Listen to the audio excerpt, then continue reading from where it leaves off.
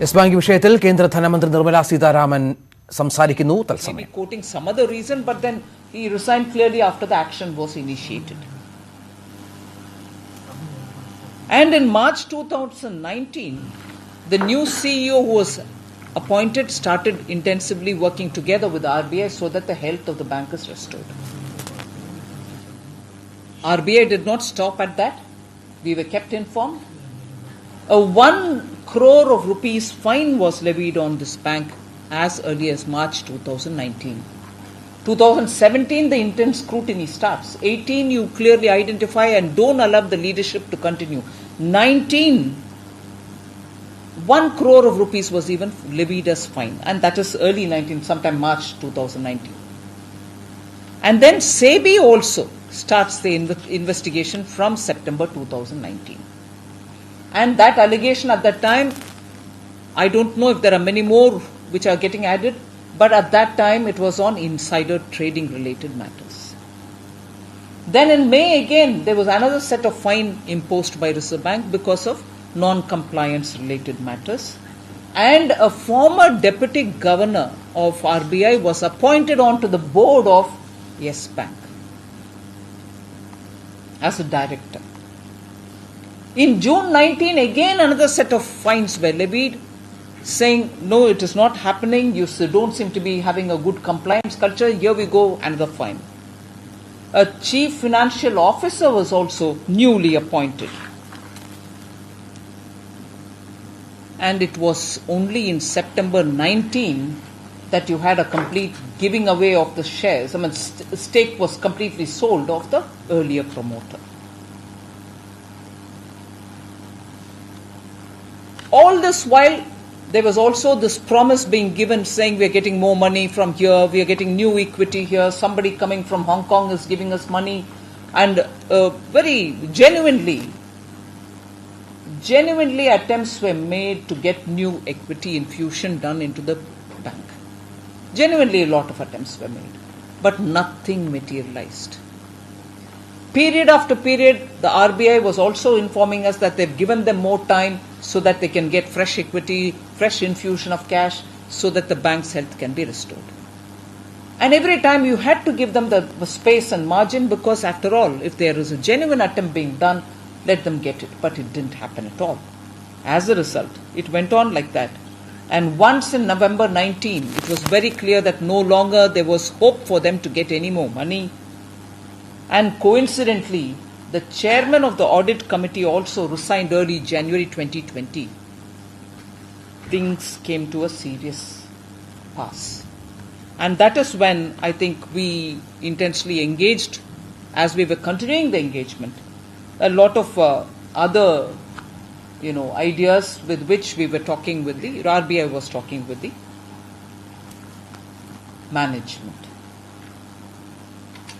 I've asked the RBI now actually to go into assessing what actually has caused these difficulties for the Yes Bank. I've asked him to find out and assess as to where the problem, the causative problem lies. And also clearly identify the role played by various individuals in the problem, in creating the problem and not so comprehensively addressing the problem.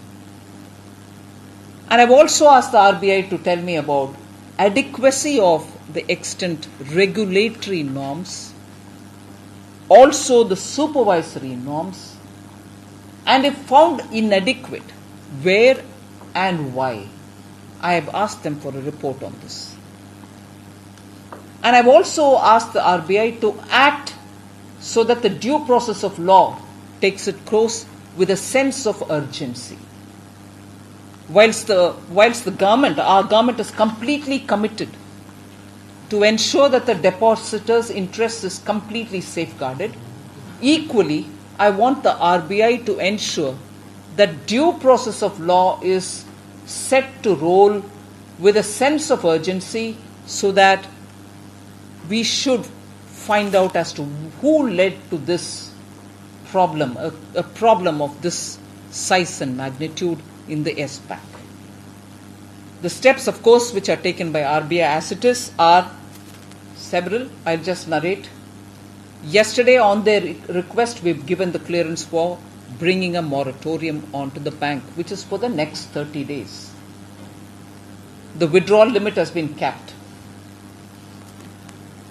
Supersession of the management, meaning the bank's board. Then an appointment of a administrator who happens to be a former chief finance officer of the State Bank of India. And then, even as we speak, they have put in a scheme for restructuring the bank. Already the RBI's website should be having it, and that scheme will be effected within the period of the moratorium, which means within 30 days we expect that scheme to fully come into play so that depositors are not troubled for too long. As it is, I understand. Nirmala Sitharaman, yes ബാങ്കിലെ പ്രതിസന്ധിയുമായി ബന്ധപ്പെട്ട് മാധ്യമങ്ങളെ കാണുകയായിരുന്നു. 2017 മുതൽ reserve bank നിരീക്ഷിച്ചു വരികയായിരുന്നു yes ബാങ്കിനെ.